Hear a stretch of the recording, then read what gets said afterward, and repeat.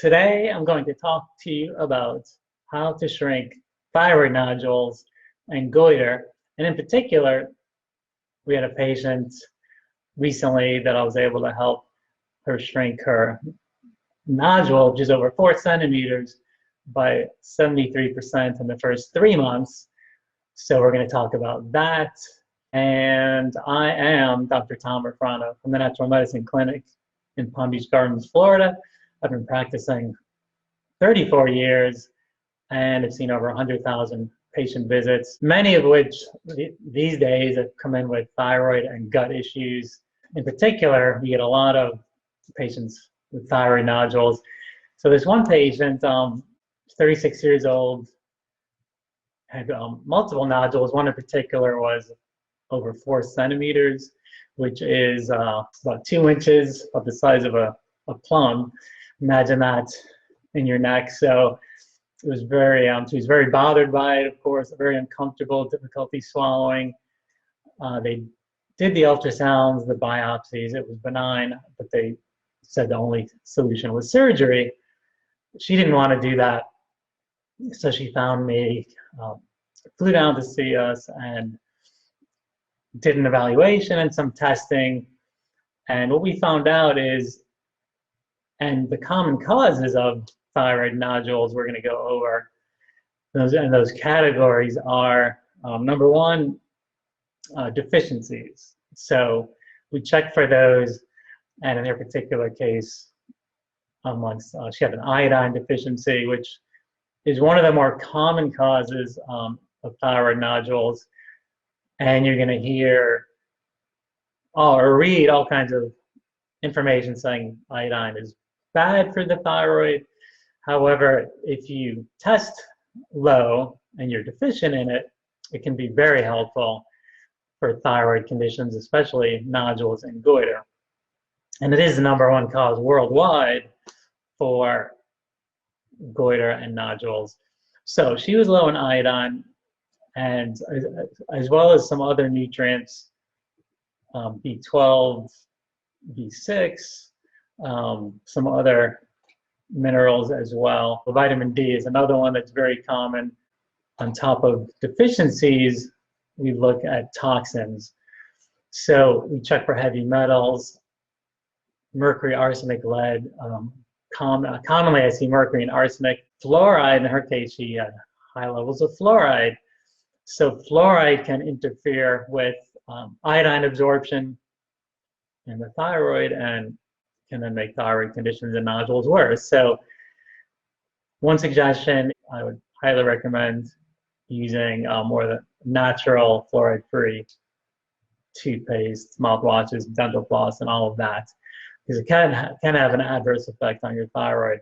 And on top of that, we look at hormones. That's the third category of underlying root causes for thyroid nodules.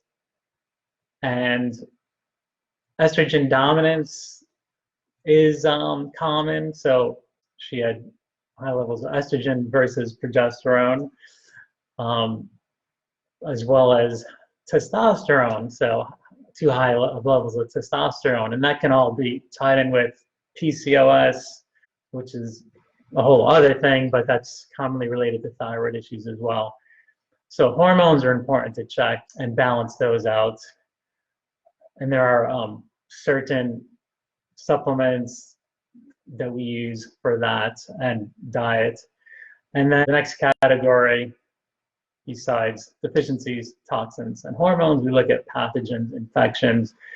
So when we run blood and stool tests in particular, we oftentimes we'll see bacterial overgrowth, viruses, parasites, yeast. All those are very common, and causing inflammation in your body. And thyroid nodules and goiter, it's just an underlying inflammation is going on that's affecting your thyroid. So even if you get your thyroid nodules, your thyroid cut out, it's still not correcting the underlying issues going on. They're then going to affect some other part of your body typically. So that's why we like to address root causes. And as far as addressing those,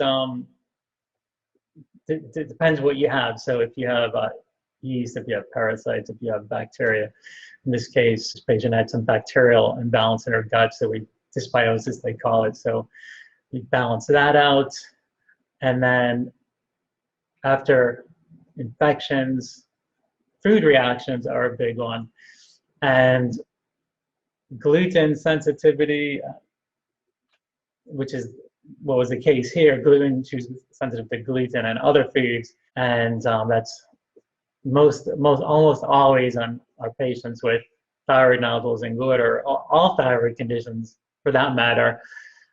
Almost everybody that I've tested has gluten sensitivity, as well as leaky gut. So those are things that we addressed.